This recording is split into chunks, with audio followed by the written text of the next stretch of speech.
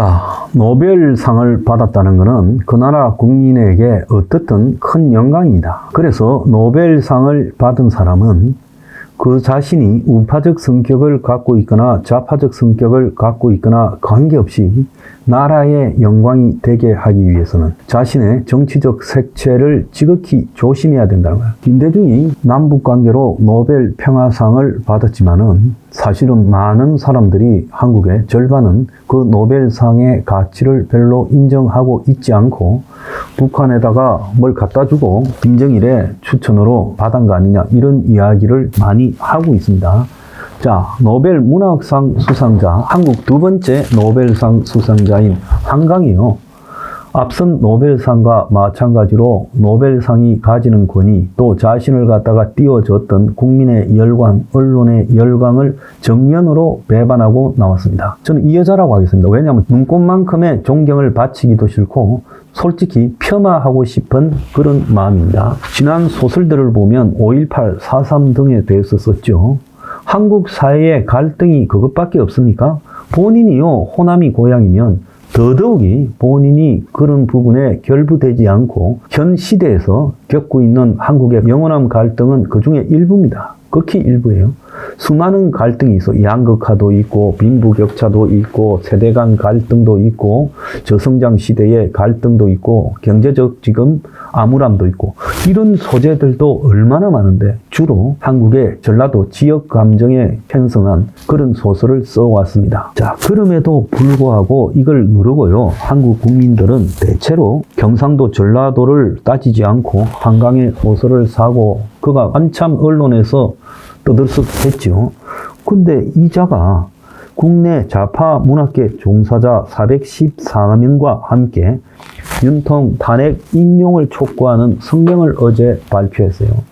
참으로 저는 유치찬란한 수준이 안 되는 자가 우연하게 번역가 잘 만나서 노벨 문학상을 탔다고 생각합니다. 본인이 과거에 어찌했든 노벨 문학상을 받은 것은 국민의 영광이고 국민들이 그 책을 얼마나 사주고 띄워줬습니까? 그러면요, 이런 정치적인 문제는 자신이 이제 관여하지 않겠다라는 최소한의 겸손 그리고 인성을 보여야 된다. 저는 그렇게 생각해요. 그런데 지금 여기에 들어간 작가들 보면 은희경, 김연수, 김초엽, 장유진 뭐 다 좌파 작가입니다. 한국의 문학계의 80%가 좌파일 거라고 보고 있습니다. 윤석열에 대한 헌재 선고가 이유 없이 지연되고 있다. 오랜 시간 국민의 피와 땀으로 지켜온 민주주의가 절 없는 위기에 처했다. 그러면서 민주주의 회복과 내란 종식을 바라는 작가들이 뜻을 모아 목소리를 낸다라고 했어요. 자, 이게요, 계엄에 대한 비판을 하는 것도 아니고 탄핵이 지금 지연되느냐 마느냐는 문제로 문학인들이 이런 이재명이 편에 서서 성명을 내는 것도 참으로 가스로워요. 문학인이라면 시와 소설 등을 통해 가지고 사람의 지성에 영향을 미치는 고도의 지적 행동 아닙니까?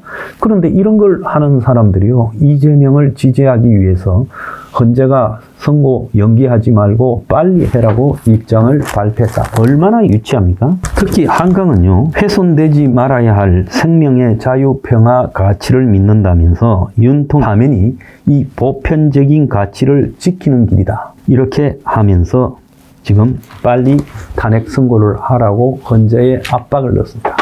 진짜 수준과 감이 되지 않는 여자가 노벨 문학상을 받았다고 보고요. 솔직히 이재명에 대한 한강의 충성이라고 봐야 되겠죠.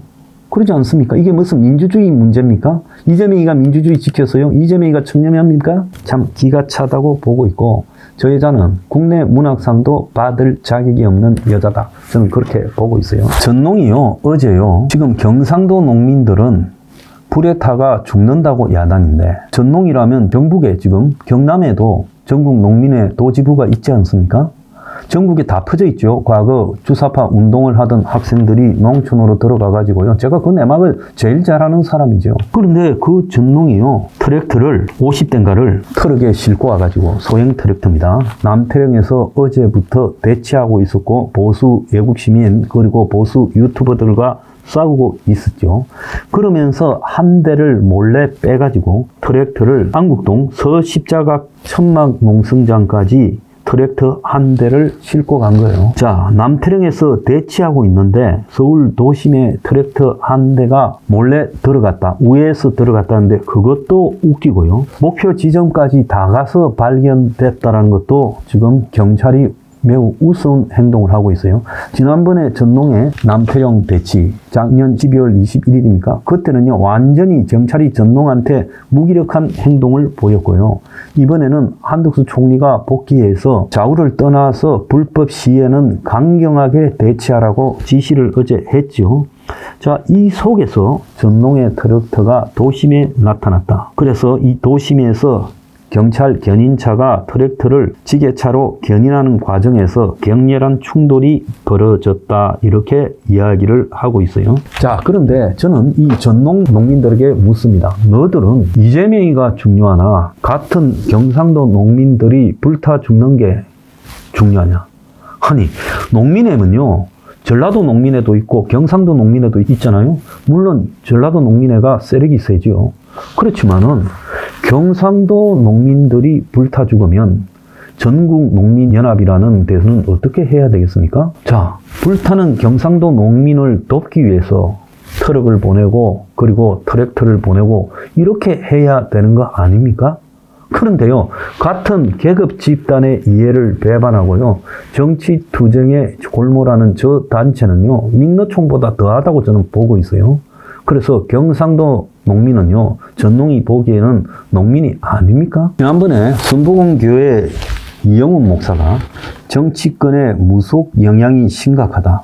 영적인 전쟁을 해야 된다. 무속이 정치권 등 나라 전체에 뿌리를 내렸다. 이런 갑자기 뜬금없는 소리를 했지요. 그런데 이거에 이어가지고 최근에 산불과 관련해서 김건희가 등장하고 있습니다. 그래서 지금 좌파 진영에서 최근에 경상도를 덮치고 있는 산불은 김건희의 호마의식이다. 이런 황당한 소리를 좌파 유튜버가 영상으로 올렸어요. 김건희 산불로 호마의식. 제목이 그렇답니다. 김건희가 윤 대통령과 자신의 나쁜 흐름을 바꾸려고 무속적 의식을 실행한 게 아니냐라는 의심이 나오고 있다.